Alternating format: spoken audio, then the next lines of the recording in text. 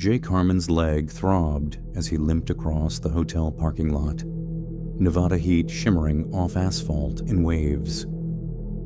3 months behind on rent, 4 on medical bills.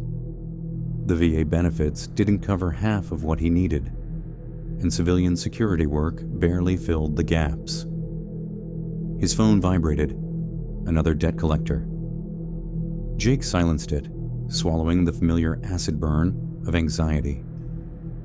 The Reno skyline wavered in the distance, a mirage of possibilities that always evaporated before he could reach them. Pinnacle Resource Management occupied the 14th floor of a glass tower that reflected the cloudless sky like a mirror. Jake adjusted his tie, the only one he owned, and tried to ignore how the collar chafed against his neck.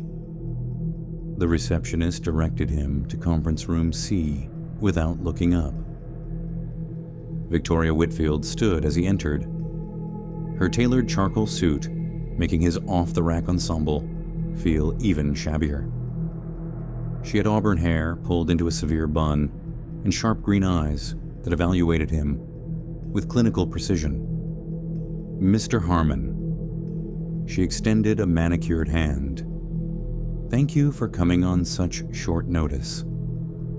Her handshake was firm, professional. Jake noticed an antique silver brooch pinned at her throat, an intricate design that resembled a badge or seal.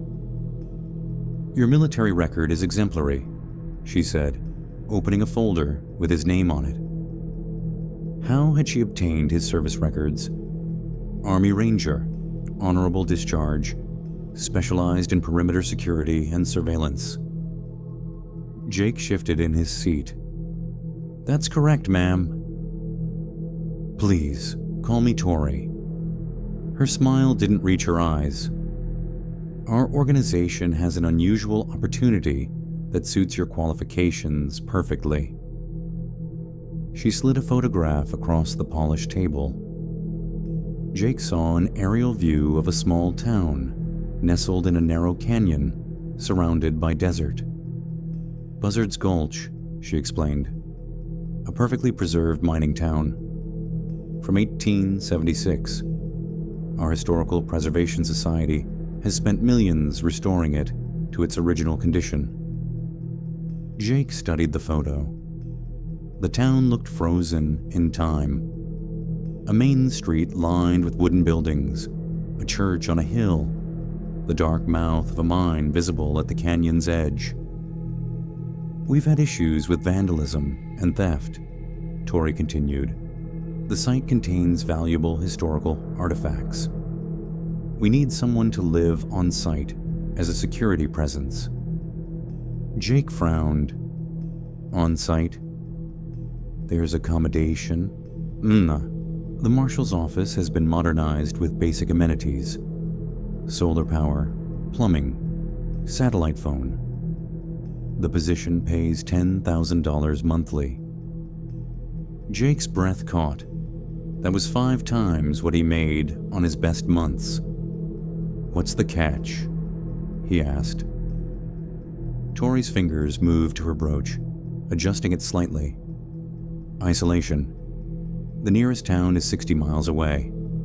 Limited cell service. Internet access is restricted to preserve the historical atmosphere." She paused. "Some candidates find the solitude challenging." Jake almost laughed. After Afghanistan, silence was a luxury. The constant hypervigilance, the startling at shadows, maybe somewhere quiet, was exactly what he needed. "Previous security personnel?" he asked. A flicker crossed Tori's face. "The last gentleman left rather abruptly. Personal issues." Warning bells rang in Jake's mind, but the number she'd mentioned drowned them out.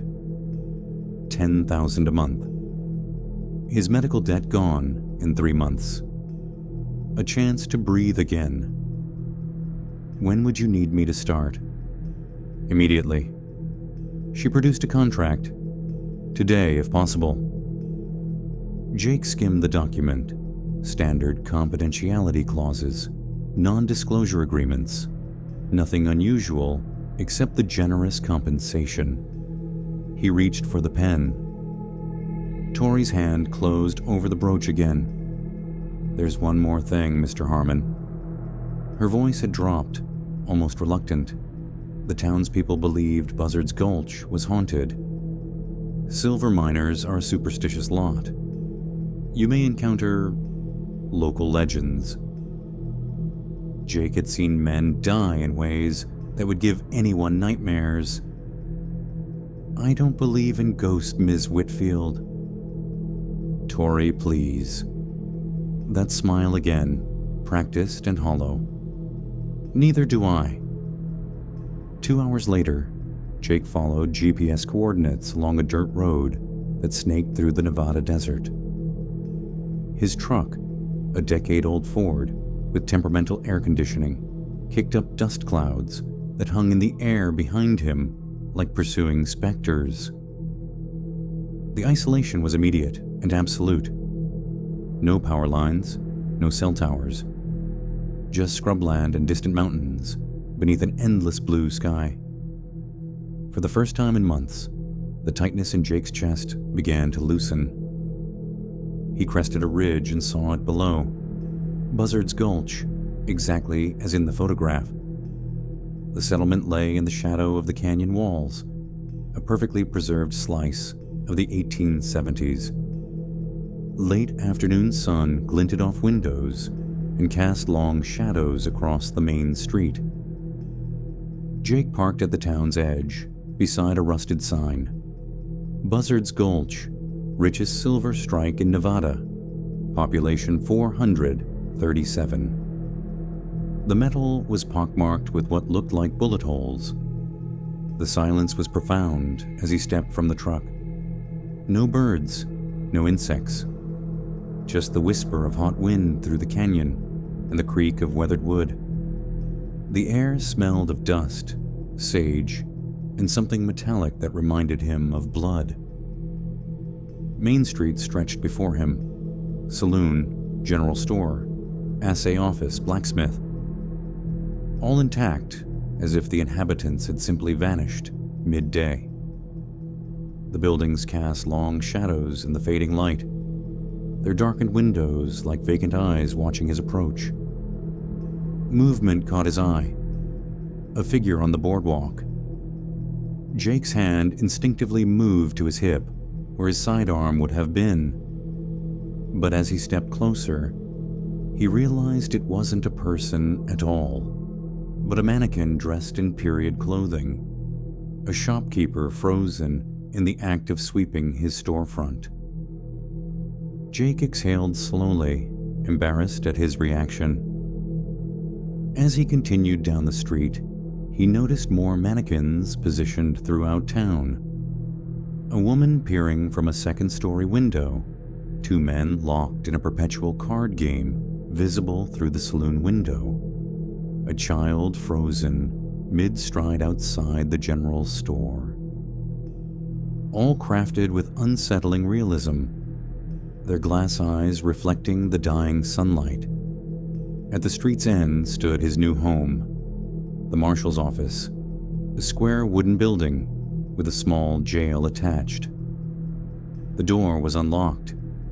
Inside, oil lamps had been converted to electric, though designed to maintain the period appearance.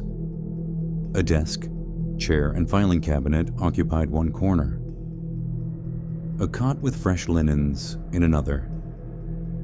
Modern bathroom facilities had been added in the back. On the desk sat a leather-bound book labeled Inventory in gold lettering, listing every item in town and its historical significance.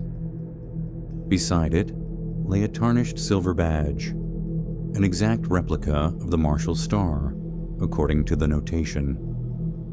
As Jake unpacked his meager belongings, the sun dipped below the canyon rim, plunging Buzzard's Gulch into premature darkness. He lit the lamps and tried the satellite phone. It worked, Tori's number programmed as the first contact. Through the window, he could see the town transformed by shadow. The mannequins became indistinguishable from real figures in the gathering gloom. The wind picked up, carrying whispers through the empty street. The natural sound of air through the canyon, nothing more. Yet as Jake settled onto the cot, he couldn't shake the feeling of being watched. From somewhere in the darkness came the faint jingling of spurs, like someone walking slowly down the boardwalk. Just the wind, he told himself. Just the wind catching something metal. But as he drifted toward sleep, the church bell on the hill began to toll, counting out the hour that no longer mattered in this place where time stood still. Chapter 2. First Patrol. Jake jolted awake at dawn, sweat-soaked and disoriented. For a moment he thought he was back in Afghanistan. The unfamiliar cot, the close walls. Then reality filtered in. Buzzard's Gulch, the security job, $10,000 a month. His watch read 5:47 a.m. He didn't remember the church bell tolling after midnight, but his sleep had been fitful, filled with half-remembered dreams of walking down an endless mine shaft while something silver and fluid pursued him. The marshal's office looked different in daylight, less threatening, more mundane. Jake splashed cold water on his face and studied his reflection in the small mirror above the basin. Dark circles beneath bloodshot eyes, 3-day stubble. The scar along his jawline from the IED blast. He barely recognized himself anymore. "Get your shit together, Harmon," he muttered. Breakfast was military simple. Instant coffee and protein bars from his supplies. The Preservation Society had stocked the small refrigerator, but Jake preferred his own food. One less thing to owe them. He consulted the inventory book, planning his first complete patrol. The town was laid out in a rough T-shape, with Main Street running east-west and a shorter thoroughfare extending north toward the mine.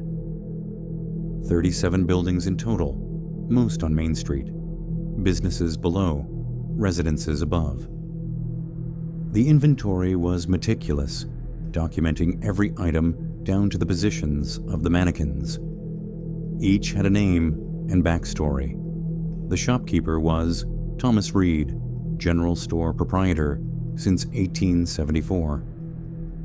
The card players were Jasper Collins and William Hayes, regular patrons of the Lucky Strike Saloon.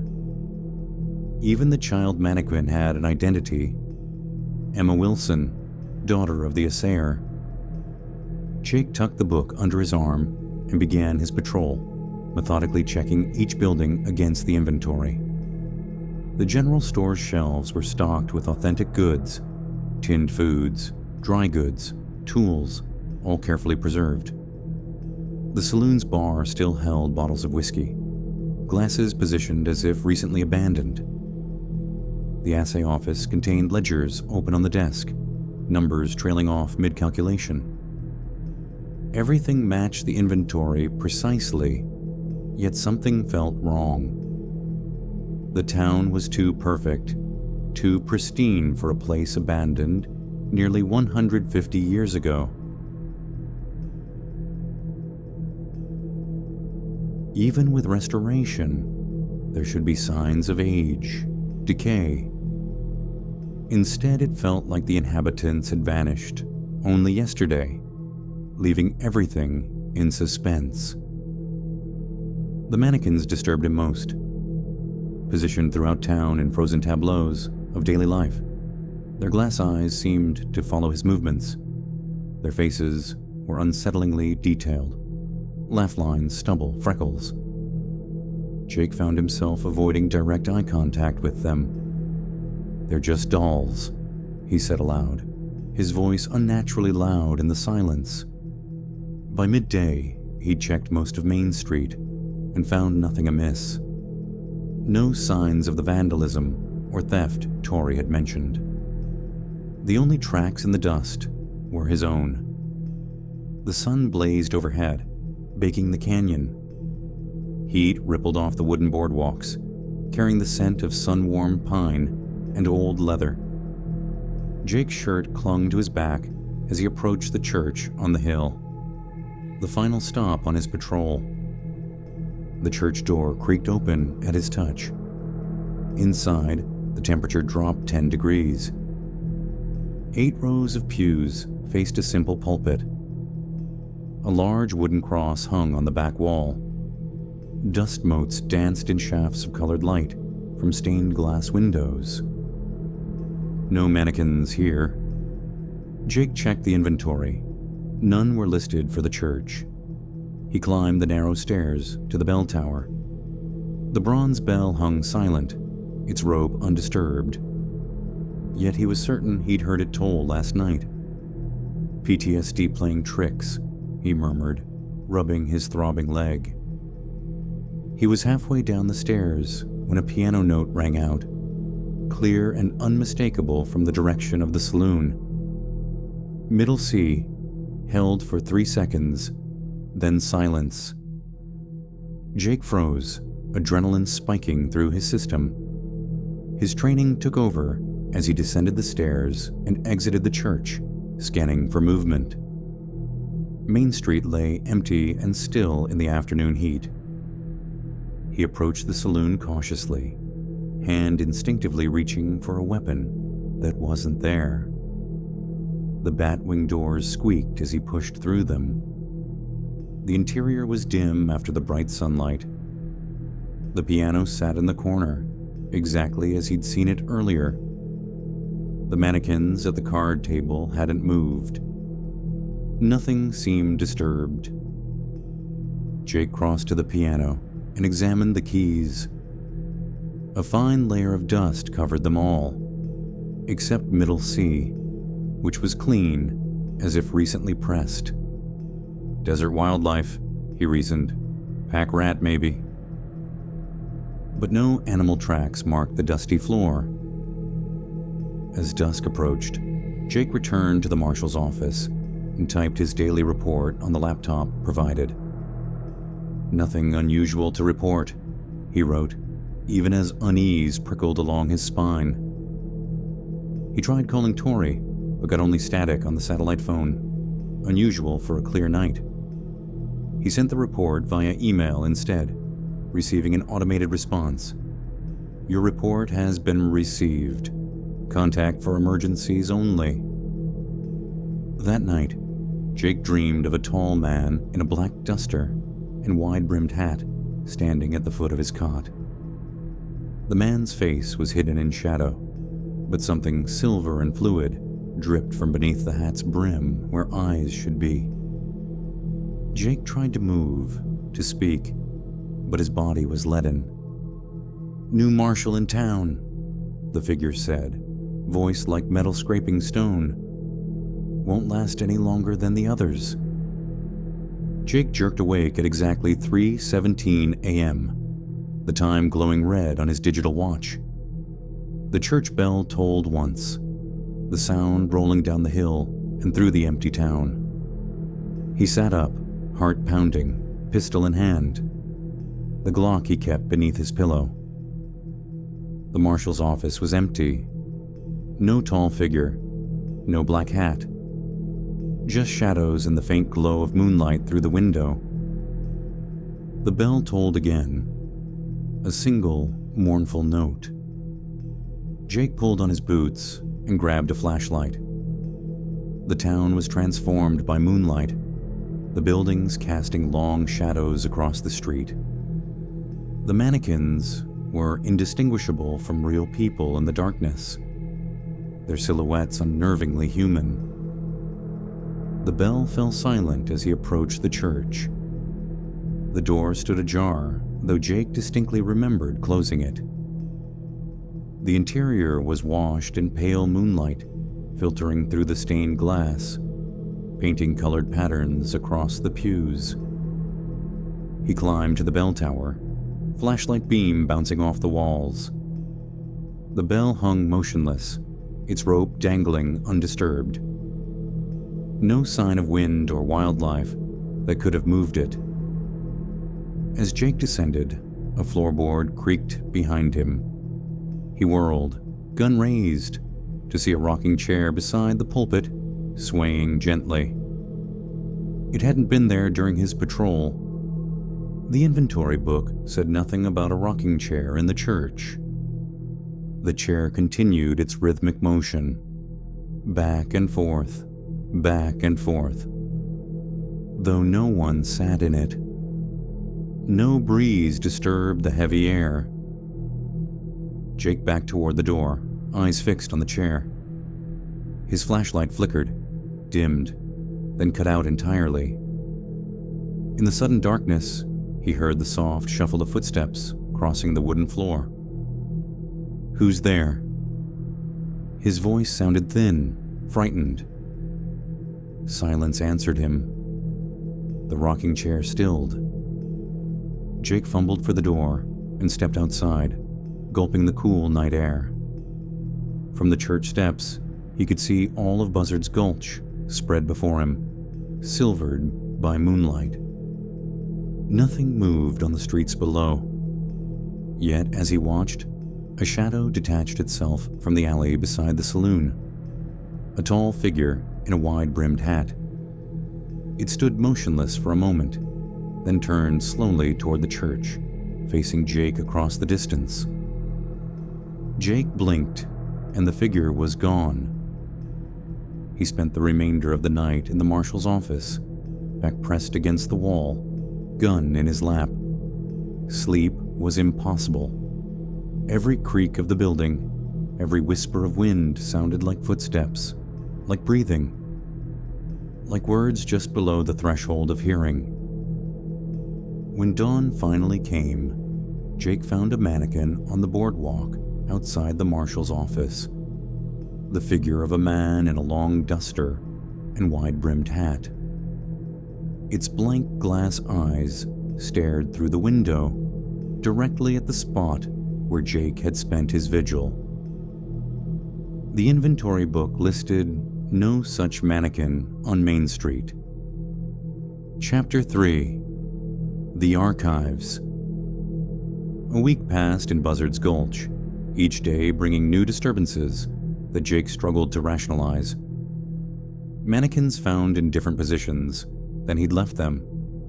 Piano notes drifting from the saloon at odd hours. The constant feeling of being watched. Sleep became a luxury, snatched in brief intervals between jerking awake at imagined sounds. Not imagined, Jake muttered, splashing cold water on his face. The dark crescents beneath his eyes had deepened, his stubble grown into an unkempt beard. Something's here, His military training demanded evidence, not speculation. After his morning patrol, during which he found all mannequins back in their documented positions, Jake headed to the assay office. According to the inventory, town records were stored there. The assay office smelled of old paper and dust, with an underlying metallic tang that reminded Jake of blood. Sunlight filtered through grimy windows, illuminating dancing motes in golden shafts. A large oak desk dominated the front room, its surface covered with ledgers and ore samples. Behind it, a mannequin in spectacles and waistcoat, Franklin Wilson, town assayer, sat frozen in the act of examining a chunk of silver-veined rock.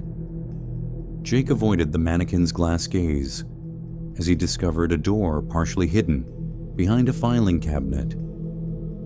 It opened with a protesting groan into a windowless back room lined with shelves. The air here was stale, undisturbed for decades despite the restoration. The archives were meticulously organized. Town council minutes, property deeds, mining claims. Jake found a section labeled Periodicals, containing bound volumes of the the Buzzard's Gulch Gazette. He selected the earliest, dated 1873, and began reading. The first issues celebrated the silver strike that put Buzzard's Gulch on the map. Headlines proclaimed, "Richest vein west of Comstock discovered," and "Boom times ahead." Photographs showed miners proudly displaying chunks of ore streaked with silver. The town grew rapidly, attracting prospectors, merchants, and, inevitably, outlaws. Jake found the first mention of Ezekiel Blackwood in an 1874 issue, a wanted poster reprinted on the front page. Wanted for robbery and murder. Ezekiel Hangman. Blackwood. $500 reward. The accompanying illustration showed a tall man in a duster and wide-brimmed hat, his face partly shadowed, but unmistakably cruel. Jake's blood chilled. The man from his dreams. He moved to the 1875 volumes. The paper's tone had changed. Fewer celebrations, more concerns. Reports of claim jumping, violence in the saloons, miners disappearing in the deeper tunnels. One editorial questioned whether the silver was worth the cost. Then came 1876, and everything unraveled. The first issues reported strange behavior among miners working the deepest veins.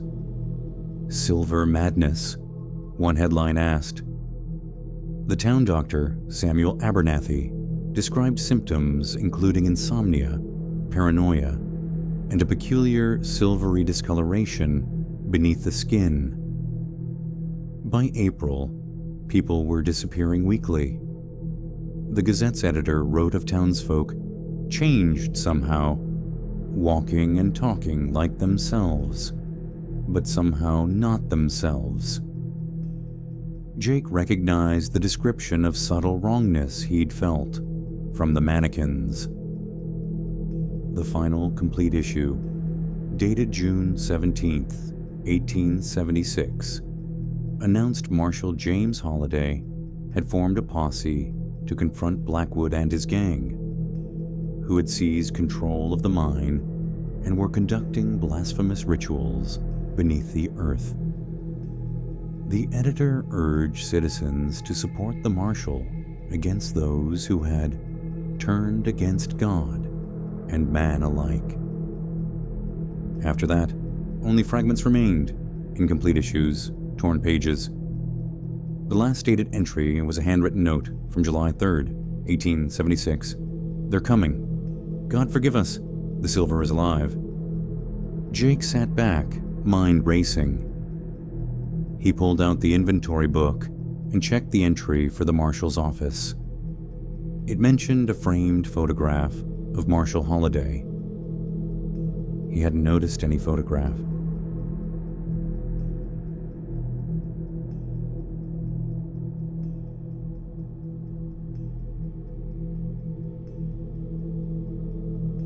The afternoon sun was sinking toward the canyon rim as Jake returned to the marshal's office. The mannequin in the duster was gone from the boardwalk, though Jake hadn't moved it. Inside, he scanned the walls and spotted a small frame he'd previously overlooked. The photograph showed a stern-faced man with a weathered expression and steady eyes, wearing a marshal's badge on his vest. James Holliday looked remarkably like Jake himself. Same build, similar features, even the same stubborn set to the jaw. "Jesus," Jake whispered. He jumped at a sound from outside, bootsteps on the boardwalk. He peered through the window, but saw only empty street. When he turned back, something on the desk caught his eye. A tarnished silver badge that hadn't been there before. Jake approached cautiously. It matched the one in Holliday's photograph. 7-pointed star with Marshall engraved across it.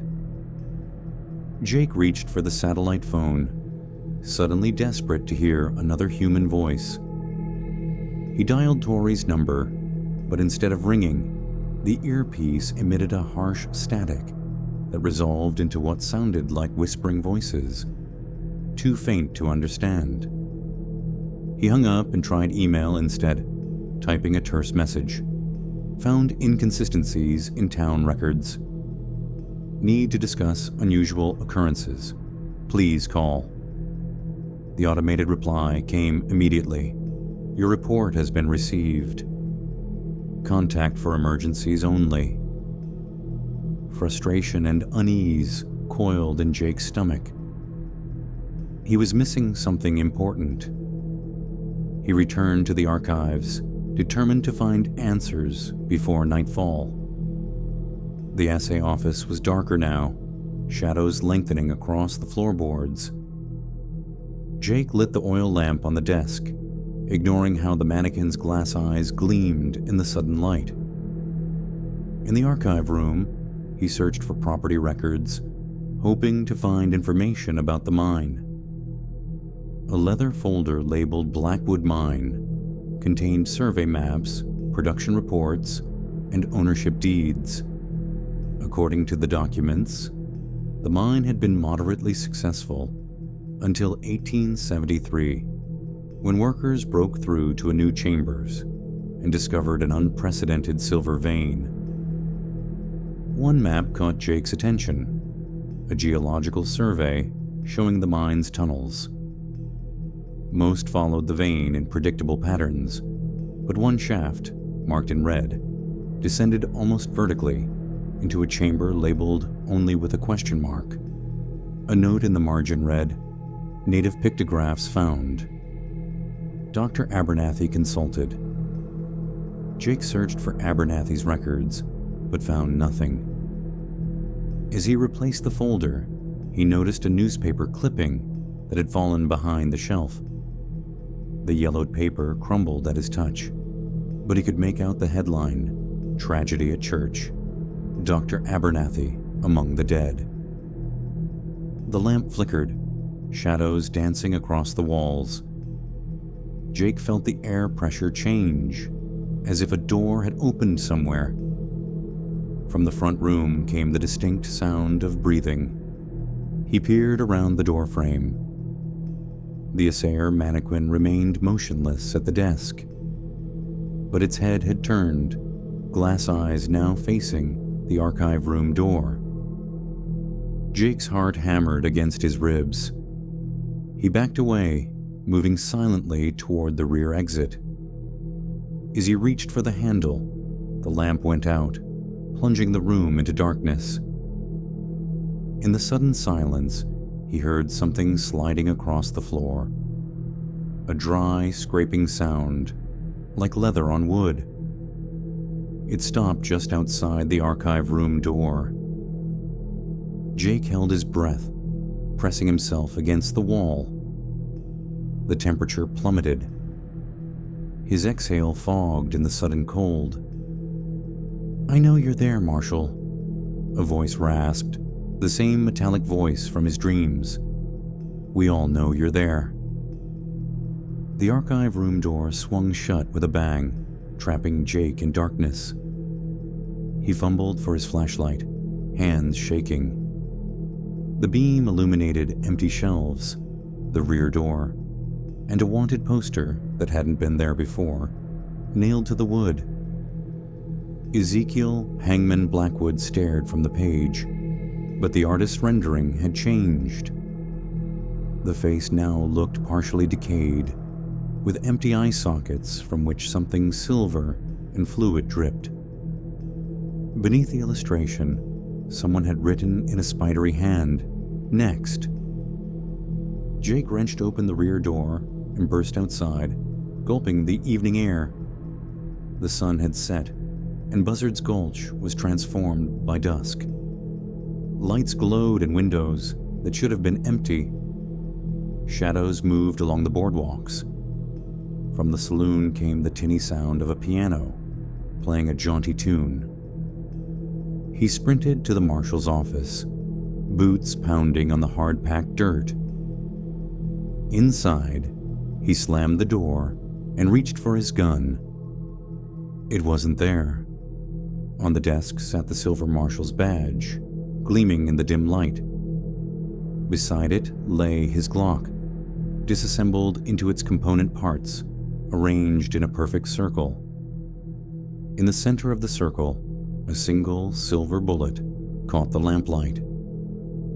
The church bell began to toll, counting out 9 steady chimes, though it was well past 9 o'clock. When the final note faded, Jake heard the unmistakable sound of spurs jingling just outside his door. "Time's running out, Marshal," the metallic voice called, just like it did for all the others. Jake's gaze fell on the photograph of Holiday. The image had changed. The marshal's face now bore an expression of warning, eyes wide with fear.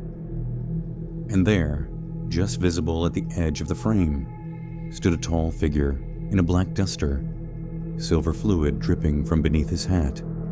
Chapter 4. The Journal. Jake spent the night with his reassembled Glock in hand, back pressed against the wall, watching the door. Sleep came in microsecond bursts, jerking awake at every creak and whisper. The jingling spurs circled the marshal's office until dawn, never approaching, never retreating, just reminding him he wasn't alone. Morning brought no relief. Exhaustion clouded Jake's thoughts, his hands trembling as he made coffee.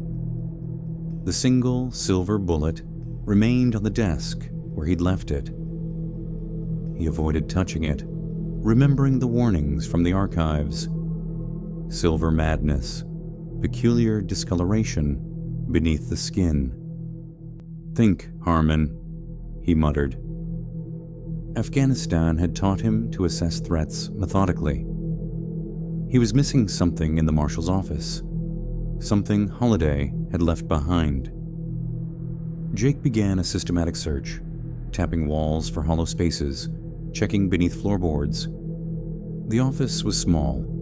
Desk, chair, gun rack, filing cabinet, cot. In Afghanistan, they'd hidden critical intel beneath rugs. The braided rug beneath the desk was period appropriate according to the inventory. Jake rolled it back, revealing wide pine planks. Nothing unusual, until he noticed one board slightly darker than the others. Crouching, he pressed the edges of the board.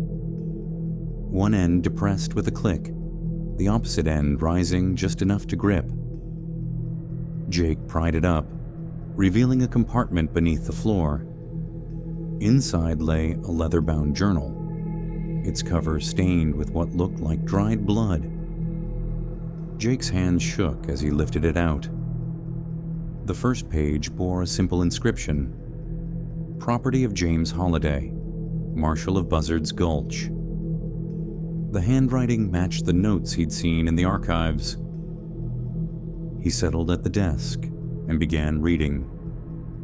The early entries documented routine marshal duties, breaking up saloon fights, investigating claim disputes, keeping the peace in a boomtown where silver flowed freely and men's worst instincts followed.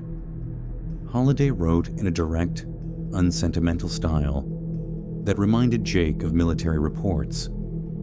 Then came July 1875, when miners broke through to a new chamber deep within the mountain. Holiday wrote, "Wilson claims they found a mother lode like none seen before. Strange formation, a chamber with walls of silver black metal inscribed with markings Wilson calls Injun writing. Dr. Abernathy believes they're much older. Blackwood's gang showing unusual interest in the discovery." Asterisk's subsequent entries tracked Blackwood's transformation from common outlaw to something more sinister. He began recruiting miners, especially those working the deepest tunnels. Men who joined him changed, became secretive, hostile, their skin developing a metallic sheen. By December, Holiday was investigating disappearances, townsfolk vanishing, only to return days later, behaving strangely. The marshal suspected Blackwood, but couldn't prove anything. Then came a breakthrough in February 1876. Abernathy conducted an autopsy on Jenkins after the saloon shooting. Found something that chills my blood. Jenkins' organs were laced with silver deposits, not like normal poisoning. The silver moved after death, like it was alive. Abernathy says it resembles parasitic behavior. Jenkins had been working Blackwood's crew for months. Jake's skin crawled. He glanced at the silver bullet, still gleaming on the desk. The next pages detailed Holiday's growing realization that something ancient and malevolent had been uncovered in the mine, something the native tribes had warned about in pictographs depicting the hunger in the earth. Dr. Abernathy translated the warnings. An entity that could inhabit human hosts through contact with a special type of silver, using them to seek more vessels. Holiday's handwriting became increasingly urgent. Half the town turned now. They gather at the mine at night. I've seen them, walking stiff silver gleaming beneath their skin in moonlight. They take others down into the deep shaft. None return the same. Blackwood leads them like a preacher leading his flock, but I suspect he's as much a puppet as they are. Something else controls him now. Jake reached a page dated June 16th, 1876, the day before the final Gazette issue. The writing was shakier. Abernathy found the answer in tribal legends. The entity can be bound using silver objects arranged in specific patterns. Not destroyed, but contained. We plan to seal it in the mine tomorrow. Miners who still remain human have agreed to help. Likely a suicide mission. The next entry was dated June 18th.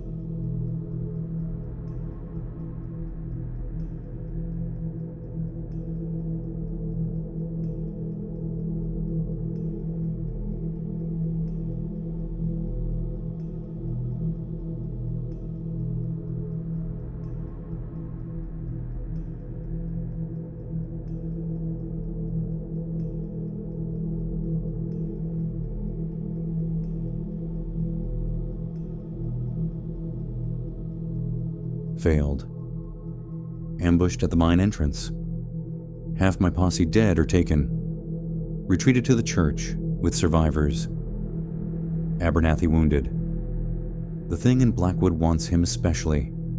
Says the doctor knows too much. They surround us now. I write this by lamplight while the others barricade the doors. They'll come at nightfall. The writing stopped mid-page. When it resumed, the handwriting was different. More hurried, splattered with brown stains. Holiday dead. Others too. Only I remain. They took the bodies. I hid beneath the pulpit. The thing wearing Blackwood's skin spoke with many voices. Said the silver hunger would consume us all. I've modified Holiday's plan. We'll attempt to bind the entity at dawn when they retreat to the mine. God forgive what I must do. The final pages contain detailed diagrams of the binding ritual. Silver objects arranged in patterns matching the native pictographs, accompanied by incantations in a language Jake didn't recognize. Notes in the margins warned that the binding required sacrifice, blood freely given by someone of guardian spirit. As Jake turned the last page, something slipped from the binding, a folded paper that looked much newer than the journal. He opened it with trembling fingers. The handwriting was modern, desperate. To whoever finds this, you were chosen. They select us for our resemblance to Holiday, physically and spiritually. The Preservation Society is a front. They maintain the binding ritual that keeps the entity contained, but it requires a new sacrifice every 50 years. I'm the 6th. You'll be the 7th. The cycle must be broken. Look for Abernathy's. The note ended abruptly, the paper torn. Jake dropped the journal, as if burned. The room suddenly felt airless, the walls closing in. The badge on the desk, Holiday's badge, caught the sunlight, winking at him like an eye. He'd been set up, lured here as a sacrifice. The journal pages began to turn on their own, flipping back to the ritual diagrams. Jake stepped away, bumping against the filing cabinet. The pages continued turning until they reached a previously blank page near the back. Words appeared on the paper, forming in real time, as if an invisible hand wrote them. Spidery script in faded brown ink. Find me in the church. Abernathy. Something scratched at the window. Fingernails on glass. Jake looked up to see a face pressed against the pane, a mannequin's face animated by unnatural life. Its glass eyes had melted, silver fluid dripping down porcelain cheeks. Its painted mouth moved, forming words Jake couldn't hear. More scratching came from the door, the back window, the walls, dozens of mannequins surrounding the marshal's office, their porcelain hands clawing to get in. Silver tears streaming from melting glass eyes. Jake grabbed the journal and his gun, shoving both into his backpack. Through the window, he could see the sun high overhead. According to the journal, the entities retreated during brightest daylight. He burst through the door, nearly colliding with the mannequin on the boardwalk. It stood frozen once more, inanimate in the sunlight, but its position had changed. Arms outstretched toward the door, fingers curled into claws. Jake sprinted toward the church on the hill, the only place Holiday's men had been able to hold out. The town felt wrong in daylight, too silent, too still, like a predator waiting to strike. The mannequins stood at their posts, watching him pass with dead glass eyes. The church door creaked as he pushed it open. Inside, the temperature dropped sharply. Dust motes danced in colored light from the stained glass windows. Jake moved cautiously up the center aisle, searching for any sign of Abernathy's presence. The pulpit bore dark stains that could have been ancient blood. Jake recalled the journal. Holiday's last stand, the doctor hiding beneath the pulpit. He crouched down, finding a small door built into the base. The compartment inside held two objects: a tarnished medical bag emblazoned with S. Abernathy, M.D., and a revolver, an old Colt Peacemaker with intricate silver inlay along the barrel. Jake lifted the gun, feeling its weight. The cylinder contained 6 bullets, each with a silvery sheen, unlike normal ammunition. Holiday's silver bullets, mentioned in the journal. He opened the medical bag, finding 19th century instruments and a small leather notebook. The first page identified it as the personal journal of Dr. Samuel Abernathy regarding the entity. Jake began reading, but the handwriting was tiny, the medical terminology dense. A shadow fell across the page. Jake looked up, gun raised. No one was there, but on the wall behind the pulpit, a human silhouette had appeared. A shadow without an owner. the distinct shape of a man in formal attire, complete with the outline of wire-rimmed spectacles. "You can see me," said a voice like dust settling. "Good." The others couldn't. Not until it was too late. The shadow moved across the wall, maintaining its shape, a two-dimensional figure navigating a three-dimensional world. "Dr. Abernathy," Jake whispered. "What remains of him?" The shadow gestured toward the medical bag. "You found my notes. There's little time to explain. Nightfall soon." Jake glanced at his watch. 2:47 p.m. Still hours of daylight left.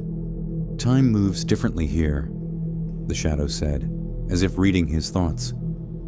"Especially now. The cycle is breaking down. The entity grows stronger." "What entity? The Silver Hunger?" The shadow wavered.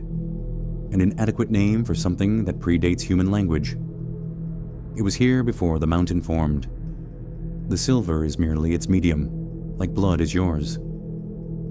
What does it want? To feed, to spread, to possess. It cannot exist in our world without a vessel, a living host.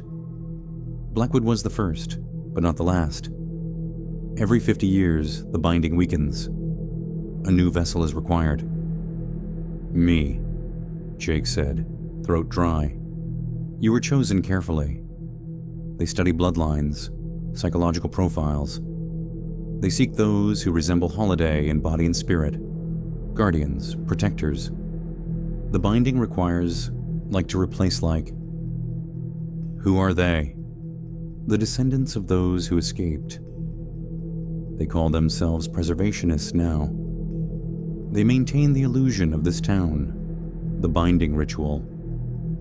Victoria Whitfield is one of them, the latest in a bloodline that has directed sacrifices for generations. Jake thought of Tori's nervous manner, her silver brooch, her evasive answers about previous security personnel. How many before me? 6. One every 50 years since 1876. You were to be at the 7th, but something has changed. The entity grows stronger than the binding. It seeks to break free entirely. How do I stop it? The shadow trembled, its edges blurring. My journal contains the true ritual, not just to bind, but to weaken. I discovered it too late to save Holiday. The entity took my heart while it still beat, but my spirit remained. I've waited for someone who could see me. Jake opened the notebook, finding diagrams similar to those in Holiday's journal, but more complex. Anatomical drawings showed a human body with silver pathways mapped throughout, labeled the vessel configuration. You must complete the ritual at the mine entrance, the shadow continued. Use the silver bullets against Blackwood. They cannot destroy him, but they will disperse his form temporarily. The badge is the focus point. Your blood is the catalyst. My blood? Freely given. That is key.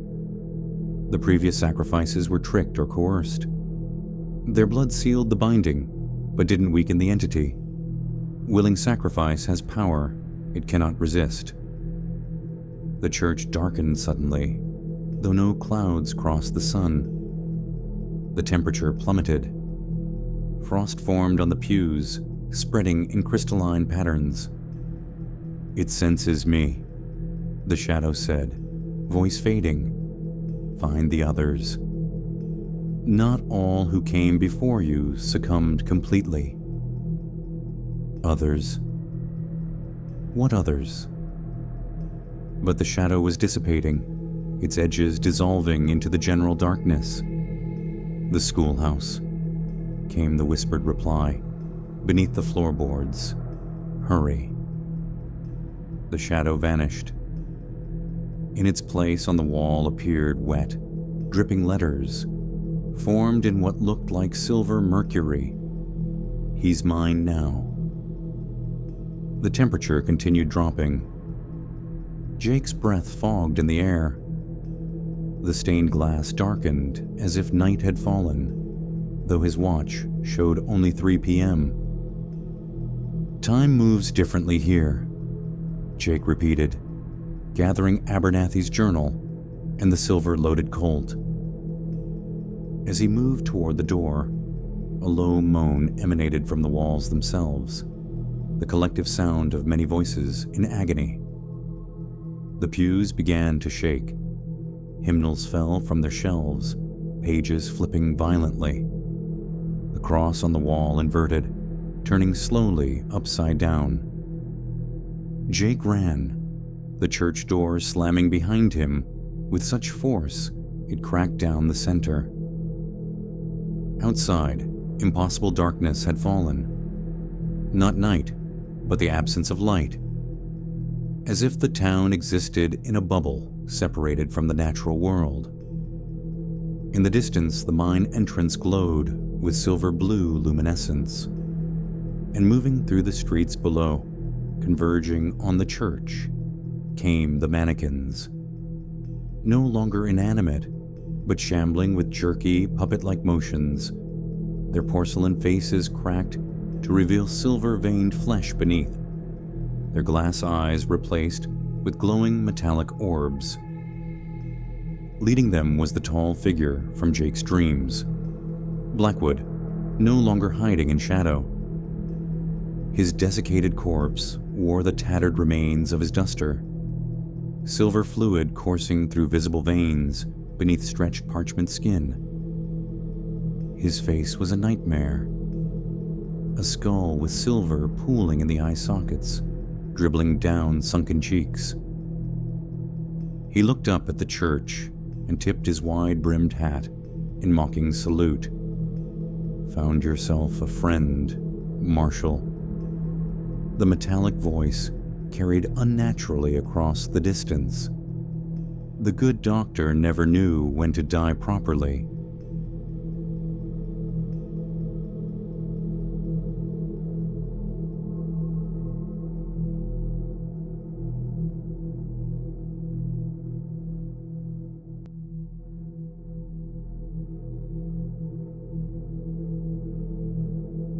Jake ducked behind a gravestone as the mannequin townsfolk began climbing the hill, their movements becoming smoother, more human with each step, the porcelain shell cracking away to reveal the possessed forms beneath, the true townsfolk of Buzzard's Gulch, preserved for 150 years by the entity's power. Blackwood remained at the bottom of the hill, watching, waiting. Jake had only one chance. He had to reach the schoolhouse. Jake waited until the shambling figures passed his hiding spot among the gravestones, then slipped down the far side of the hill. The unnatural darkness worked in his favor, concealing his movement as he skirted the edge of town toward the schoolhouse. The small white building stood apart from the others, a single-room schoolhouse with a bell tower atop its pitched roof. In daylight, it would have been quaint. Now, in the silver-tinged darkness, its empty windows resembled eye sockets in a skull. Jake entered through the back door, wincing at each creak of the floorboards. Inside, desks stood in neat rows, facing a teacher's desk and chalkboard. A mannequin sat at one desk. A small girl with blonde braids, frozen in the act of writing on a slate. As Jake passed, her porcelain head rotated slowly to track his movement, though the body remained still. "Emma Wilson," he whispered, remembering the inventory. "Daughter of the assayer." The mannequin's painted lips curved upward in a smile that cracked the porcelain, revealing silver-threaded flesh beneath. Jake looked away scanning the floor for loose boards. Near the teacher's desk, he noticed an area where the planks seemed newer than the rest. He pried at the edges with his knife until one board came loose. A metal box was nestled in the space beneath, covered in decades of dust. Jake extracted it, feeling the weight of its contents. The lock was rusted, but gave way with a sharp blow from his knife handle.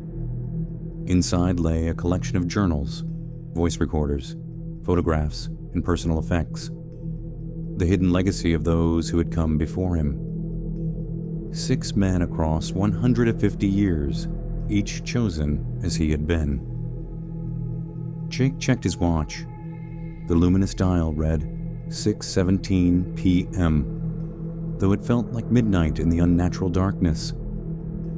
From outside came the distant sound of the entities searching for him, their movements punctuated by the occasional metallic groan or shattered porcelain as more mannequins transformed. He had little time. Jake grabbed the most recent journal, labeled David Mercer, 2023 to 2024, and began reading. Mercer's handwriting was jagged, urgent. He had been a former police detective from Chicago, hired 6 months earlier by the Buzzard's Gulch Historical Preservation Society. His early entries mirrored Jake's experiences: the perfect job, the isolation, the gradual realization that something was terribly wrong. But Mercer had figured it out faster, perhaps due to his investigative background. By his 3rd week, he had discovered the hidden trapdoor, Holliday's journal, even made contact with Abernathy's ghost. He had tried to leave immediately, only to find, as Jake had, that escape was impossible. The entries grew increasingly frantic, describing the same phenomena Jake had witnessed, but with accelerating intensity. Mercer documented the mannequin's transformation, his encounters with Blackwood, his desperate attempts to understand the binding ritual. His final entry, dated just 2 months earlier, read, "It's in the silver. Don't touch the silver. Blackwood is coming for a new vessel. I found the other's remains in the mine, or what's left of them. We're not sacrifices. We're replacements. The entity doesn't just feed on us. It becomes us." Abernathy was right. The cycle is breaking down. The binding won't hold. I've tried to warn Whitfield, but she won't listen. They're too committed to their way. I'm leaving this record in hopes the next victim might succeed where I failed. If you're reading this, get out now. Whatever it takes. Asterisk. The entry ended abruptly. Jake flipped the page, finding only a silver handprint pressed into the paper. A metallic taste filled his mouth.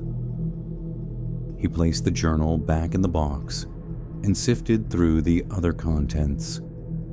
Voice recorders from the 1980s and 90s, journals from the 50s and 70s, photographs of men who bore unsettling resemblances to both Jake and Marshall Holliday.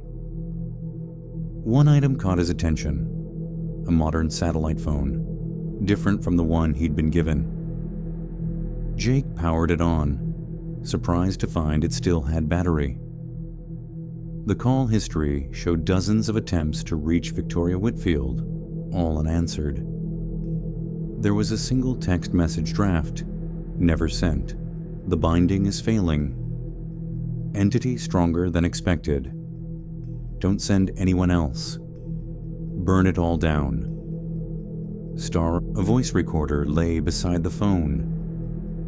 Jake pressed play, hearing Mercer's voice, tense with fear.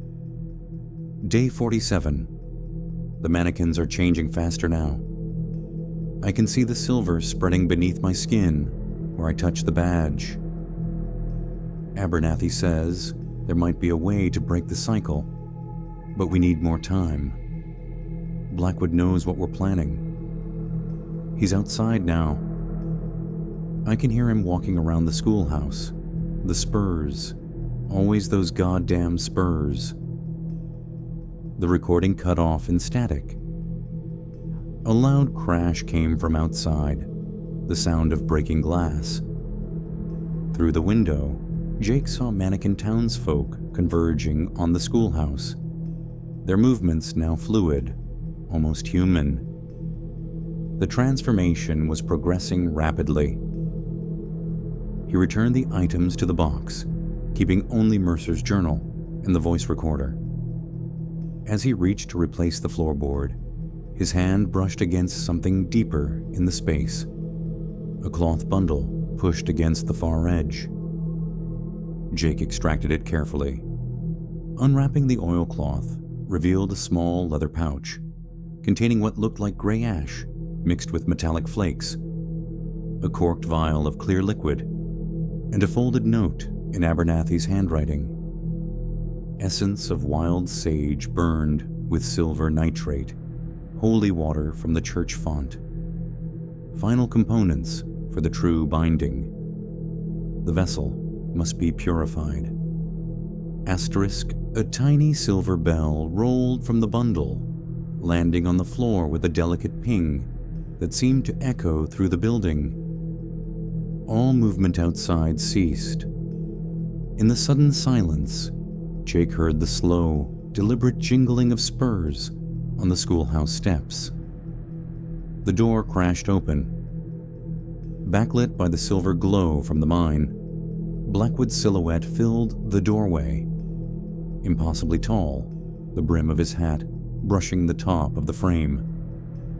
Silver fluid dripped from his eye sockets, sizzling where it hit the wooden floor. "Found you, Marshal." The voice came from a mouth that barely moved, lips stretched tight over silver-stained teeth.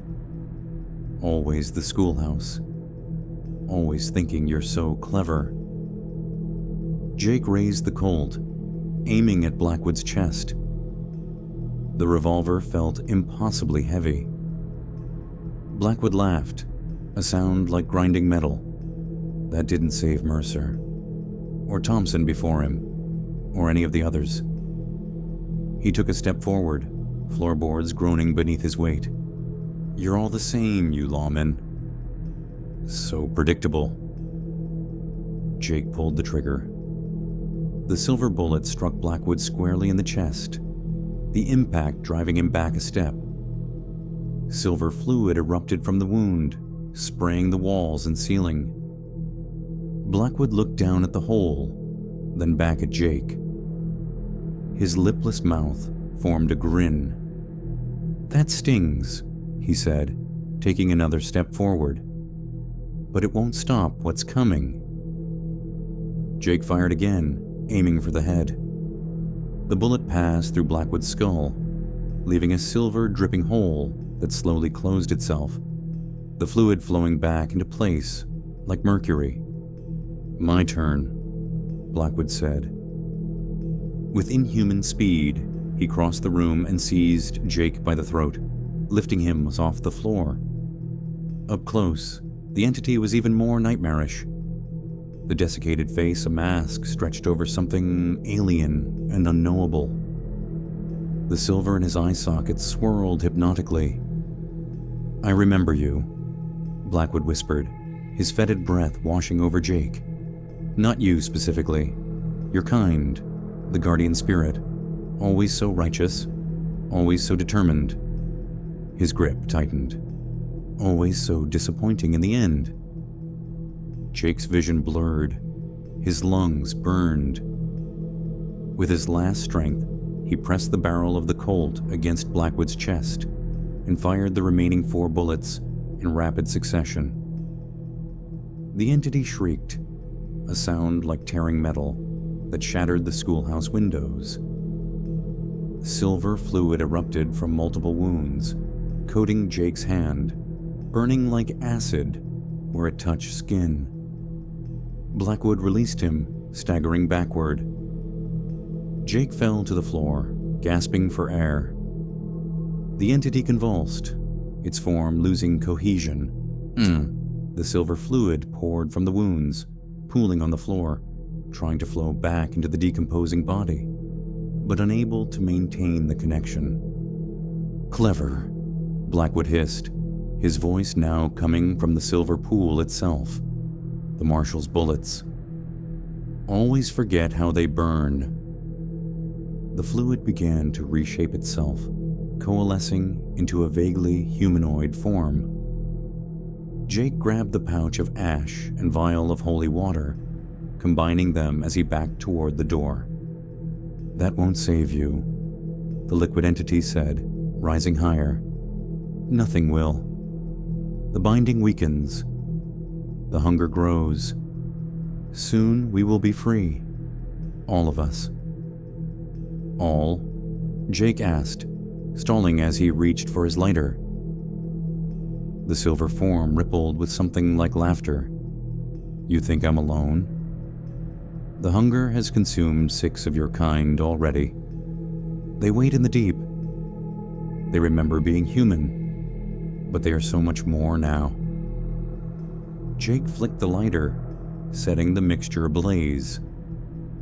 He hurled it into the silver pool. The entity screamed as the concoction ignited, blue flames spreading across the metallic surface.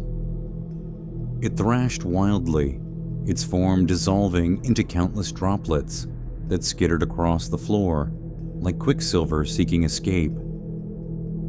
"Run, Marshal," it gurgled as the flames consumed it. "Run to the mine. See what awaits you there. See what you will become."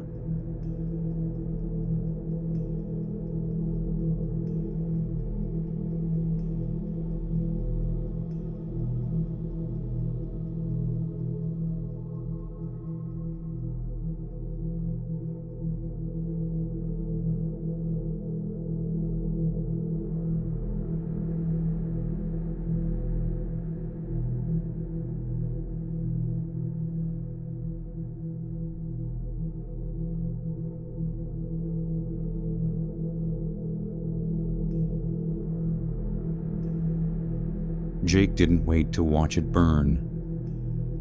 He sprinted from the schoolhouse, clutching Mercer's journal and the voice recorder. Behind him, blue flames engulfed the building, casting eerie shadows across the town. The street was empty. The mannequin townsfolk had vanished. The only light came from the mine entrance, pulsing with silver-blue radiance like a heartbeat. Jake ran for his truck, desperate now to escape despite Mercer's warnings about the impossibility. He had to try. The truck sat where he'd left it, but the sight that greeted him stopped him cold. The engine compartment was open, revealing the inner workings completely transformed. Metal components fused and reshaped into organic-looking structures laced with silver veins. The metal throbbed with the same rhythm as the light from the mine. As Jake watched, the silver veins pulsed, and the truck shifted slightly, settling lower on its suspension as if drawing into itself. The headlights flickered on, beams cutting through the darkness with silver-tinged light. The truck was no longer a machine. It was becoming a vessel, just like everything else in Buzzard's Gulch. From the mine came a low, reverberating tone. Not quite a sound, but a vibration Jake felt in his bones. The abandoned buildings of Buzzard's Gulch shuddered in response. Dust and debris rained from awnings and rooftops. The binding was failing. Jake checked his watch. 8:47 p.m. The real world should have been slipping into twilight. But here, in this pocket of wrongness, time had lost all meaning. He had to reach the mine, had to complete the ritual before the entity fully broke free. As he turned toward the canyon, a dust storm rose from nowhere, swirling around Buzzard's Gulch with unnatural focus. The air filled with stinging particles, reducing visibility to mere feet. Through the maelstrom, Jake glimpsed movement. Dozens of figures emerging from buildings. No longer mannequins, but the preserved townsfolk. Their skin now smooth silver, eyes glowing in the darkness. They formed a circle around the marshal's office, heads tilted upward as if in worship. From within the building came a silver light so intense it shone through the walls, casting the townsfolk's shadows in stark relief against the swirling dust. Jake watched in horror as the marshal's office transformed, wood warping and reshaping, the structure elongating upward like a grotesque parody of a church steeple. At its peak formed a 7-pointed star that matched the marshal's badge. And there, in the doorway, stood a mannequin wearing Jake's face, a perfect replica down to the scar along his jawline. As he watched, the mannequin's porcelain surface cracked and fell away, revealing a silver-skinned duplicate beneath. His replacement, his future. The duplicate turned its head, silvery eyes finding Jake through the dust storm. It smiled with his mouth, raised a hand in greeting with his fingers. "Time to come home, Marshal," it called in Jake's voice, distorted by metallic undertones. The badge awaits. Chapter 6. The Truth Revealed. Jake fled through the dust storm, particles stinging his eyes and skin. His silver doppelganger's laughter followed him, echoing unnaturally through the swirling maelstrom. The transformed marshal's office pulsed with light behind him, a beacon drawing the townsfolk like moths. He needed sanctuary. The church on the hill was his only hope, the one place where Holliday's men had managed to hold out, where Abernathy's spirit seemed strongest. The climb felt endless, the hillside itself working against him. Roots emerged from the soil to snag his feet. The ground turned slick with silver-streaked mud. The dust thickened to an almost solid wall. Jake reached the church doors, now repaired, as if his earlier exit had never damaged them. He pushed through into blessed stillness, the interior untouched by the storm outside. The temperature inside was cold, but natural, lacking the bone-deep chill of the entity's presence. "Abernathy," Jake called, his voice echoing in the empty space. "I found Mercer's records. I know about the others." No response came. Jake moved cautiously down the aisle, the Colt empty but still clutched in his hand. The pews showed evidence of Holliday's last stand. Bullet holes in the wood, dark stains on the floor that could only be blood. The altar had been transformed since his last visit. Silver objects, coins, candlesticks, utensils, jewelry had been arranged in a complex pattern that matched the diagrams in Abernathy's journal. The binding ritual prepared but uncompleted. Jake approached carefully, noting how the silver items caught the light from the stained glass windows, reflecting it in unnatural patterns across the church walls. At the center of the arrangement lay an empty space precisely the size and shape of the marshal's badge. "He was so close," came Abernathy's dusty voice. The doctor's shadow appeared on the wall beside the altar, more substantial than before. In the dim light, Jake could make out details: wire-rimmed spectacles, neatly trimmed beard, formal coat, with one side torn open to reveal the absence where a heart should be. "Mercer figured it out," Abernathy continued. "The ritual doesn't just bind the entity, it transfers it to a new vessel. That's why the Preservation Society selects men who resemble Holiday. Calls to How many? Jake asked. Blackwood said there were others beneath the mine. 6 vessels over 150 years. The entity consumes them slowly, absorbing their memories, their essence. What remains joins the collective. The Silver Hunger. A crude name for something beyond human understanding. Abernathy's shadow gestured toward the altar. The entity predates this continent, perhaps this world. The native tribes sealed it away eons ago, but the miners broke through to its chamber. Blackwood was the first to make contact, thinking he could control its power. And now it's breaking free, Jack said. The binding weakens with each cycle. The Preservation Society knows this, but clings to tradition. Victoria Whitfield comes from a long line of survivors who escaped the initial outbreak. They believe they're protecting humanity by maintaining the binding, sacrificing few to save many. They're feeding it, Jake realized. Each new vessel makes it stronger.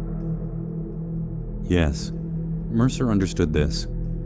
He tried to break the cycle, came closer than any before him. Abernathy's shadow wavered. The entity fears true willingness. Previous sacrifices were tricked or coerced. Their unwillingness created imperfect bindings. Jake approached the altar, studying the silver arrangement. So if I complete the ritual willingly, you might weaken it significantly, but the cost. Abernathy's voice faltered. I become the next vessel. Eventually.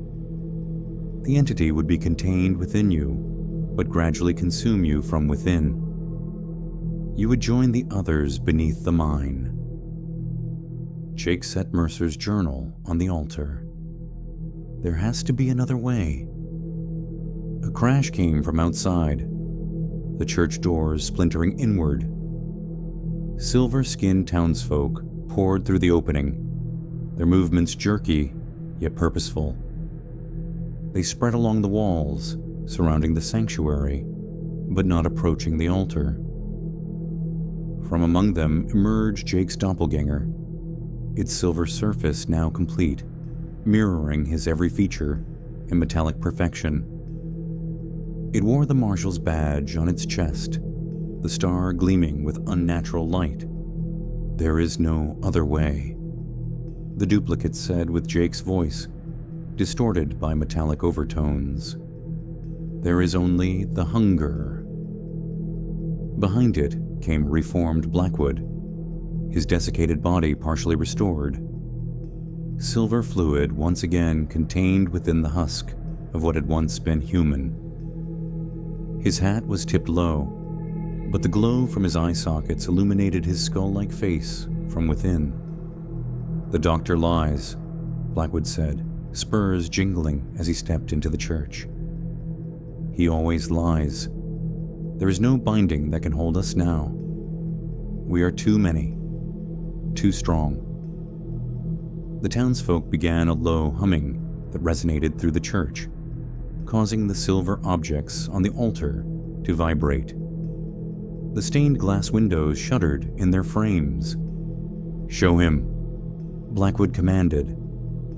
The silver townsfolk parted, revealing 6 figures Jake hadn't noticed before. Men of different eras, their bodies transformed like the others, but retaining distinctive features. One wore a 1920s suit, another 1970s clothing. A third, the unmistakable uniform of a Vietnam-era soldier. The most recent wore modern clothes similar to Jake's own. David Mercer. The previous sacrifice. Your predecessors, Blackwood said, the vessels that came before, not consumed, as the doctor claimed. Transformed, elevated, parts of the greater whole. The 6 men moved in perfect unison, forming a semicircle before Jake.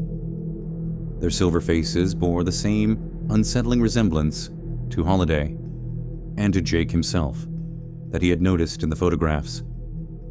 "We remember being like you," they spoke in chorus, voices overlapping in metallic harmony.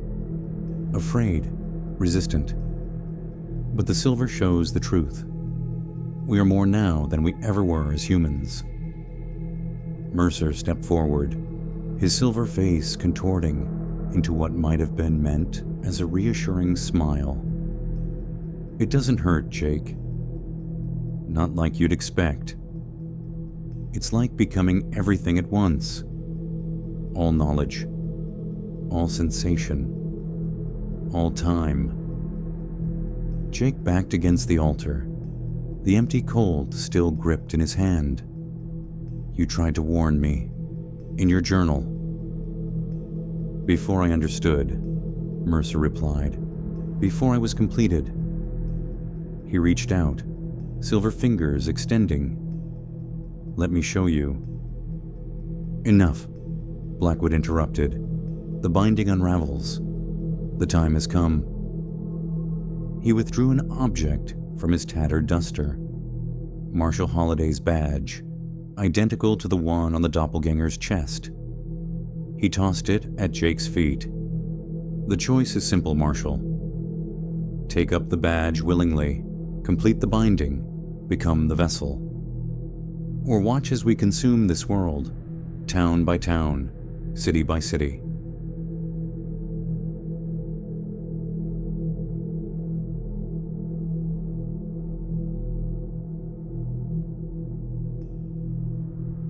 "Don't listen," Abernathy's shadow warned, barely visible now against the walls. "There's another way. The true ritual requires—" "Silence!" Blackwood roared. He gestured, and silver fluid sprayed from his fingertips, passing through the shadow. Abernathy's form dispersed like smoke, his scream fading to nothing.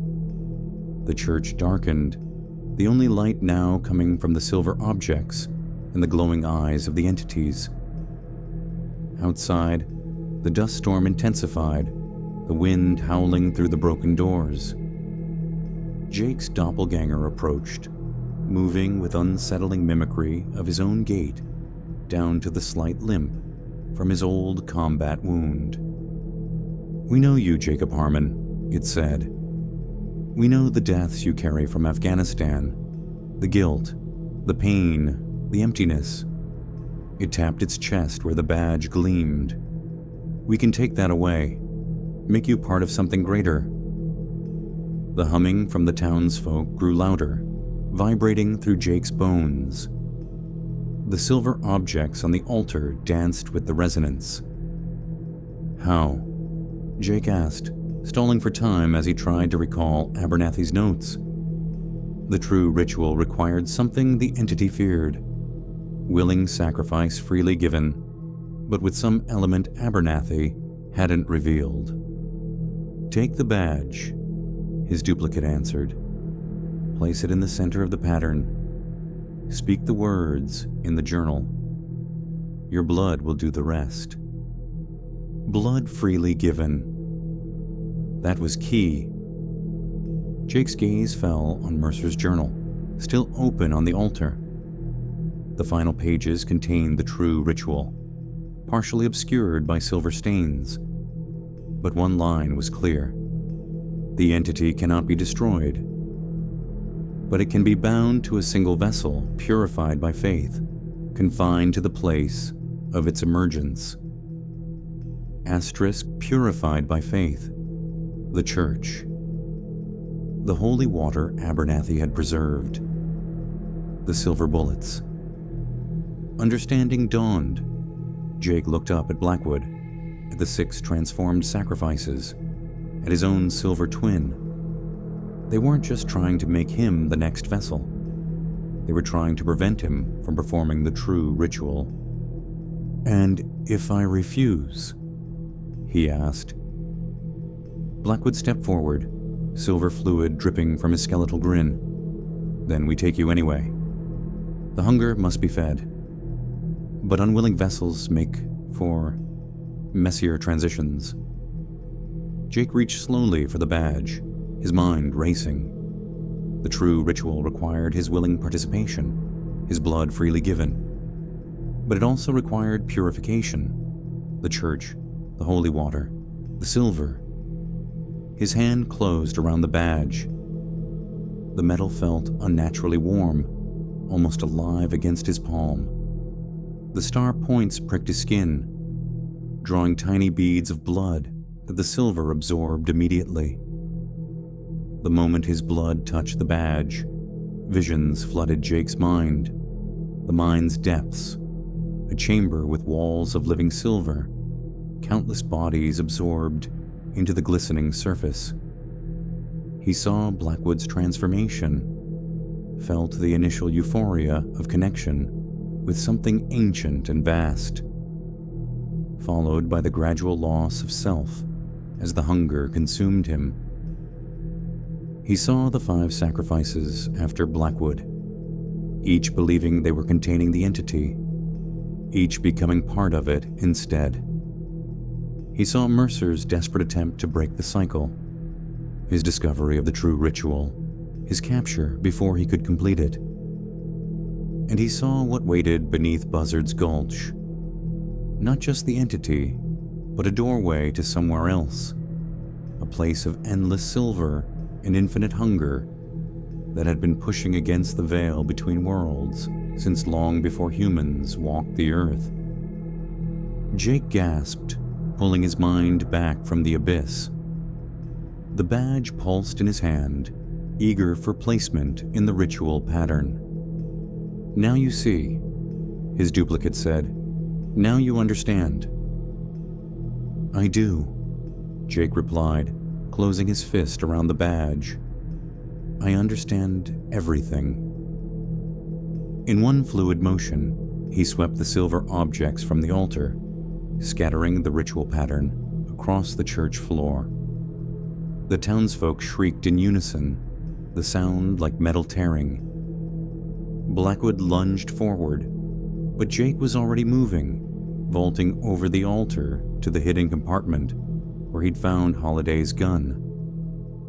The space was empty, the silver bullets used, the medical bag gone.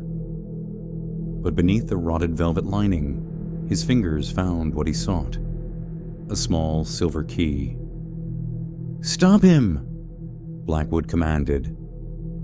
The silver townsfolk surged forward. Jake's duplicate reached him first, hands closing around his throat with inhuman strength. Up close, Jake could see through the silver skin to the mechanisms beneath. Not flesh, but something else. Something that mimicked life without understanding it. "We could have made this easy," the duplicate hissed. "Now we make it painful." Jake drove the silver key into his attacker's eye socket. The duplicate screamed, silver fluid erupting from the wound. Its grip loosened just enough for Jake to break free, stumbling toward the church doors. Outside, the dust storm had intensified, the air thick with particles that shimmered with metallic light. The wind itself seemed alive, pushing Jake back toward the church. Through the maelstrom, he glimpsed the mine entrance on the canyon's edge, pulsing with blue-silver radiance. His destination, the place where it all began. The only place the true ritual could be completed. Jake ran, the badge clutched in his bleeding hand, leaving droplets of crimson that sizzled when they touched the silver-infused earth. Behind him, the entities poured from the church, Blackwood's metallic roar cutting through the howling wind. The town had transformed completely. Buildings twisted into impossible shapes, wood and stone flowing like liquid, reforming into organic structures laced with silver veins. The ground beneath Jake's feet pulsed like a living thing, trying to grasp his boots with each step. He sprinted down the hill, the badge burning hotter in his grip. His blood continued to flow from the wounds made by the star points, each drop instantly absorbed by the metal. The connection was growing stronger. He could feel the entity reaching for his mind, showing him visions of power, of transcendence, of eternal existence as part of something greater. "Not today," Jake gasped, forcing the images away. He reached Main Street, now a writhing corridor of silver-infused matter. The mine entrance beckoned at the canyon's edge, its glow intensifying with every passing second. The binding was unraveling rapidly now, the doorway opening wider. Something hit Jake from behind, sending him sprawling. He rolled, coming face to face with David Mercer's silver form. "You can't stop it," Mercer said, pinning Jake to the ground. "You can only join it. I tried to resist too. We all did." Jake drove his knee upward, connecting with Mercer's midsection. The silver body was solid, but not invulnerable. Mercer fell back, silver fluid leaking from his mouth. "You were right the first time," Jake said, scrambling to his feet. "The cycle needs to be broken." The other vessels converged, moving with unnatural speed. Jake ducked into the nearest building, the saloon, now transformed into a cathedral-like space of twisted wood and silver. The piano played itself, keys depressing without a musician, a discordant melody that raised the hairs on Jake's neck. He vaulted the bar, finding what he needed: bottles of whiskey, their contents still flammable after all these years. He stuffed a rag into one bottle, another into his pocket. When the vessels burst through the batwing doors, Jake was ready. He lit the rag with his lighter and hurled the makeshift bomb at their feet. The whiskey ignited with a whoosh, blue flames racing across the silver-infused floor. The vessels screamed in unison, backing away from the fire. Jake used the distraction to escape through the back door, continuing his sprint toward the mine. The town was fully awake now, every structure, every particle of dust infused with the entity's consciousness. The very air sparkled with suspended silver droplets that burned Jake's lungs with each breath. The mine entrance loomed before him, no longer a simple tunnel, but a gaping maw in the mountainside, pulsing with sickly blue light. Silver fluid ran in rivulets down the rock face, pooling at the entrance. And there, waiting at the threshold, stood Blackwood and Jake's duplicate side by side. The first vessel and the vessel to be. "You cannot stop what comes," Blackwood said, his voice now echoing with hundreds of others. "The door opens. The hunger awakens." Behind them, in the mine's depths, something massive shifted. A sound like 1,000 voices moaning in union rose from the tunnel. The silver fluid moved with purpose now, flowing toward the entrance, converging into a shape just beyond the visible light. Something vast and incomprehensible. Jake uncorked the second whiskey bottle and took a long swallow, the alcohol burning his throat. He thought of Holiday, of Abernathy, of Mercer's final warning, of all those who had faced this moment before him and failed. "I know," Jake said, setting the bottle down. "That's why I'm going to feed it exactly what it wants." He held up the badge, now glowing white-hot with his blood. "Me, willingly given." Blackwood's silver eyes narrowed with suspicion. "What are you planning, Marshal?" "The true ritual," Jake replied. "Not just binding, but purification."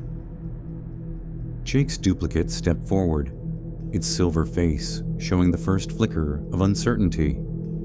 "You can't purify the hunger. It is eternal. Absolute." "Maybe not," Jake agreed, "but I can confine it.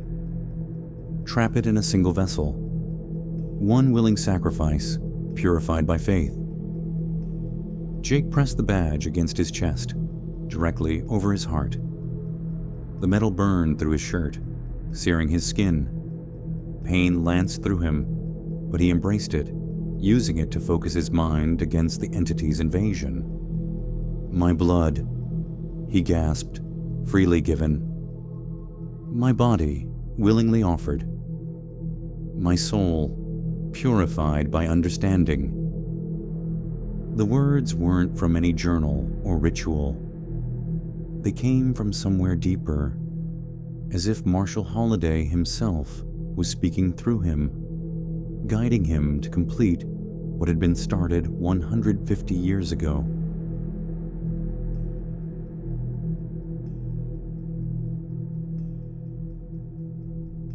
Blackwood shrieked, the sound piercing Jake's eardrums.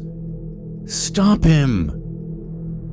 The duplicate lunged, but too late. Jake struck his lighter and touched the flame to the whiskey-soaked shirt over his heart, where the badge burned against his skin. Fire engulfed his upper body instantly. Purification by fire. The final component Abernathy couldn't write down.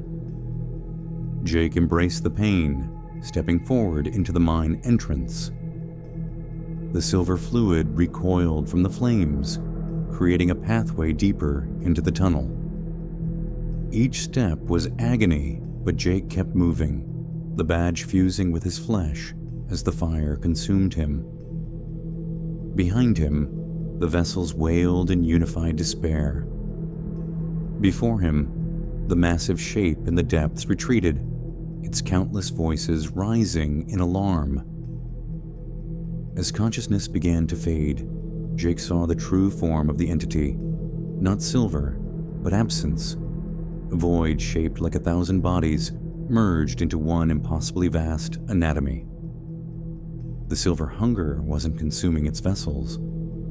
It was made of them, a collective consciousness that absorbed each sacrifice into its gestalt mind.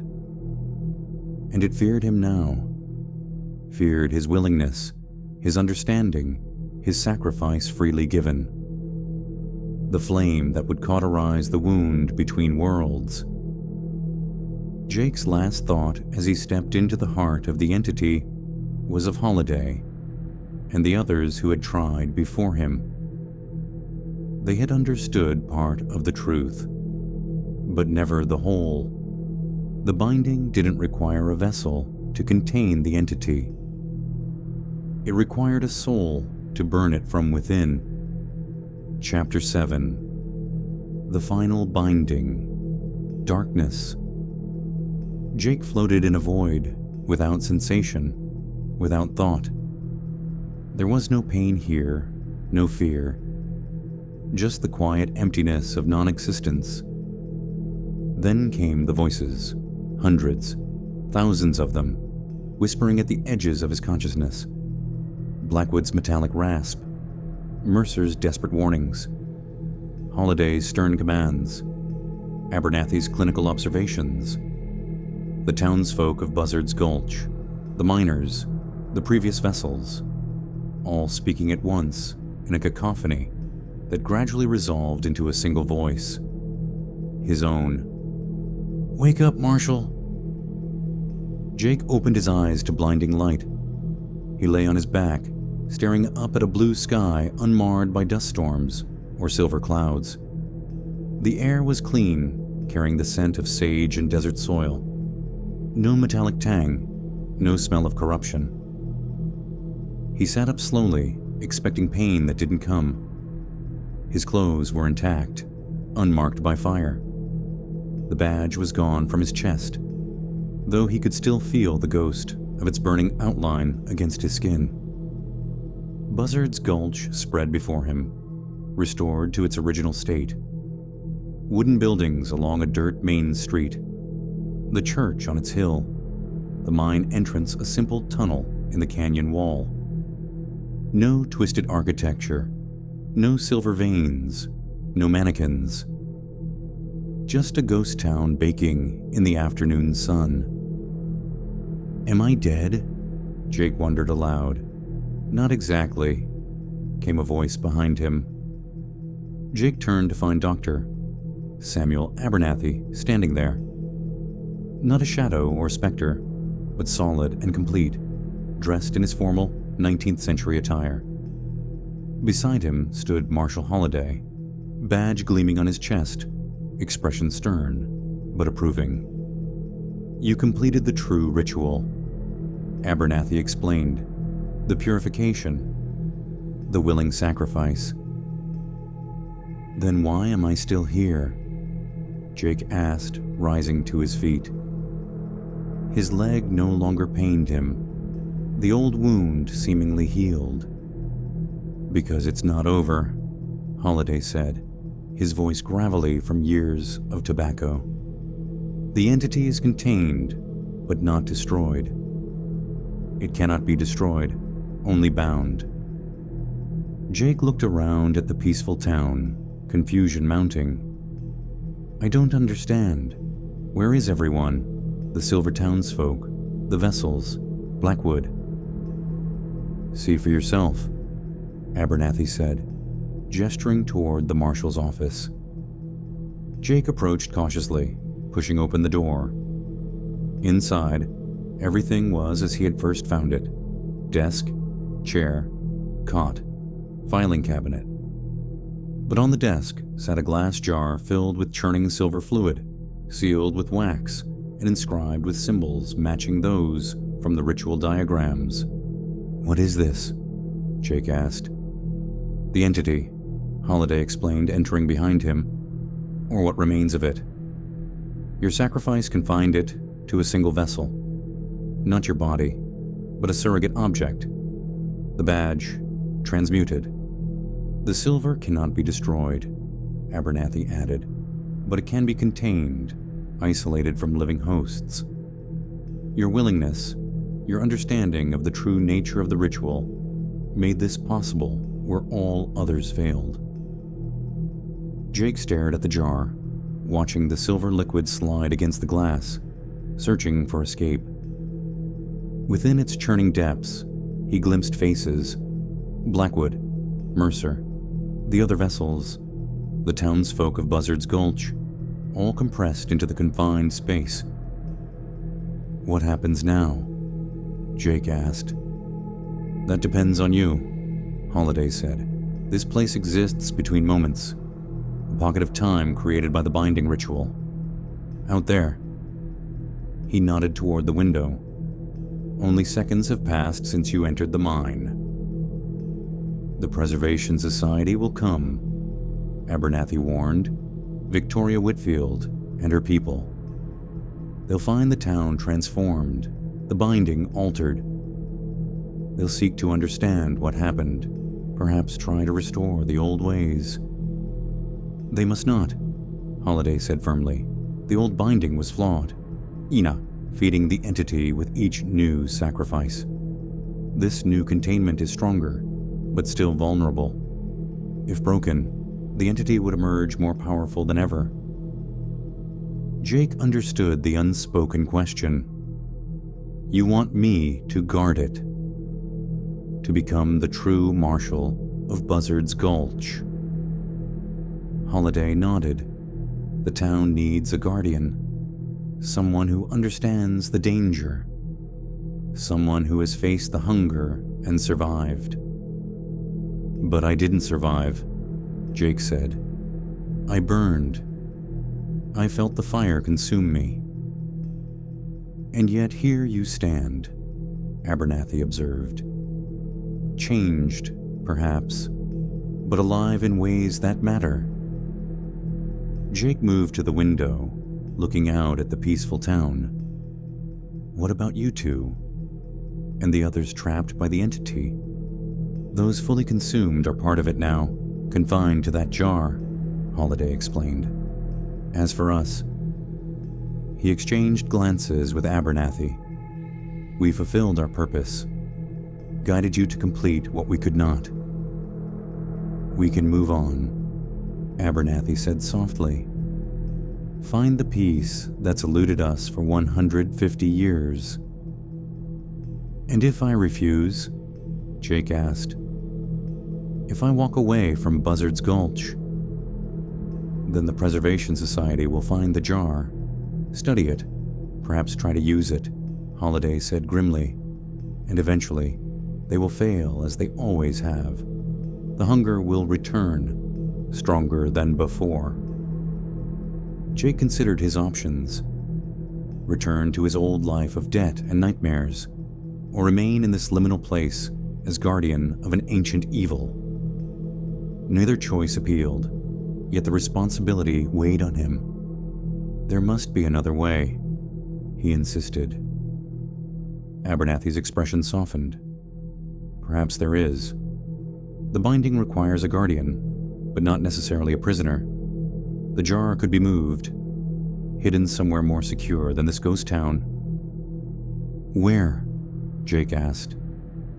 That is for you to decide, Holiday said. But decide quickly. Time grows short, even in this between place. The light outside had begun to change, the sun accelerating toward the horizon. Night would fall soon, and with it, the end of this moment of decision. Jake picked up the jar, feeling its unnatural weight.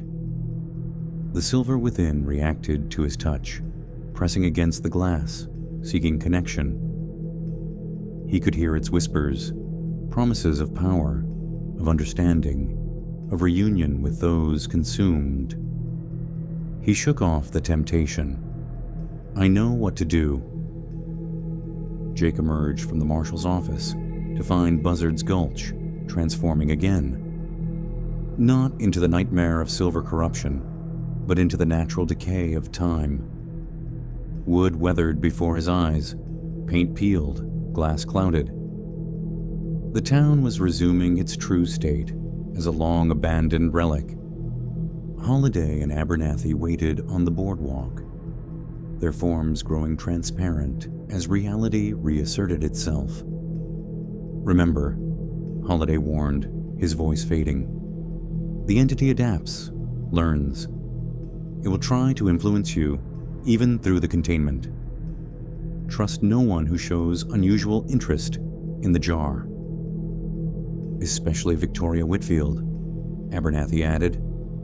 Her family has maintained the flawed binding for generations. She may believe she's protecting humanity, but her methods only feed the hunger. Jake nodded, clutching the jar to his chest. I understand. The ghost town continued its rapid aging, decades of weathering compressed into moments. Dust accumulated, buildings sagged, nature reclaimed the edges of town. By the time Jake reached his truck, now just an ordinary vehicle, free of silver corruption, Buzzard's Gulch looked as it should. A genuine ruin, not a preserved facade hiding ancient evil.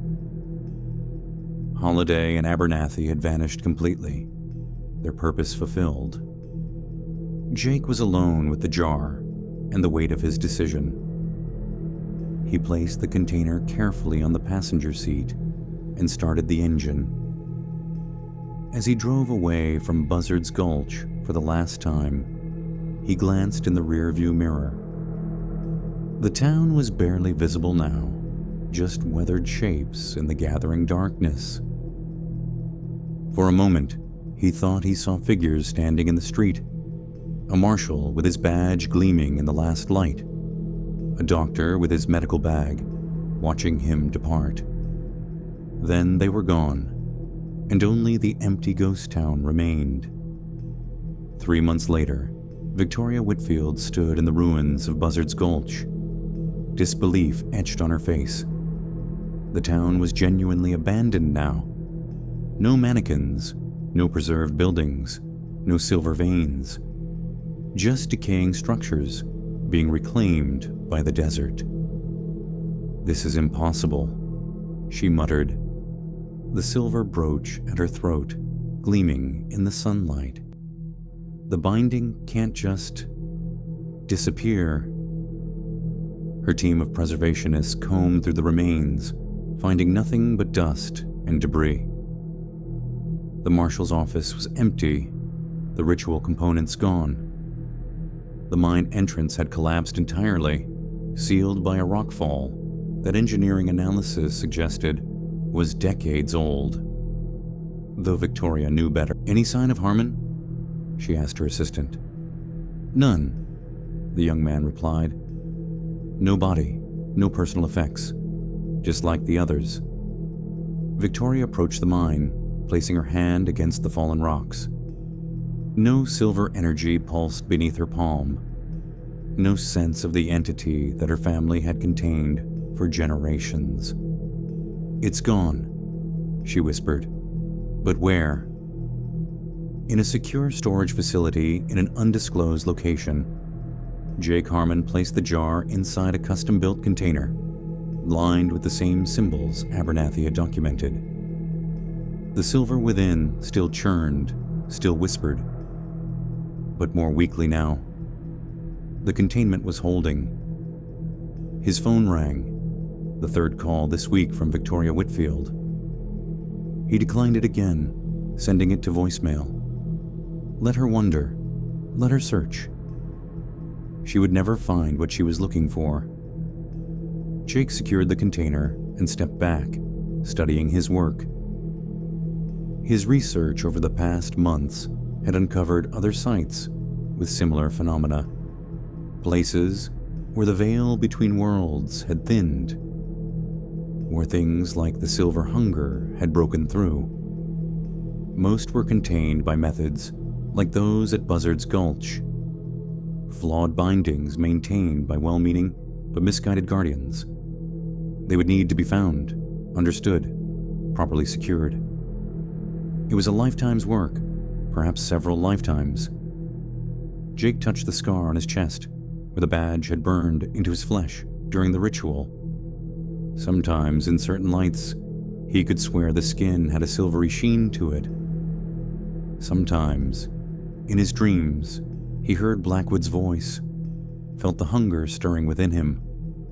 The containment wasn't perfect, nothing was. But it was better than the cycle of sacrifice that had fed the entity for 150 years.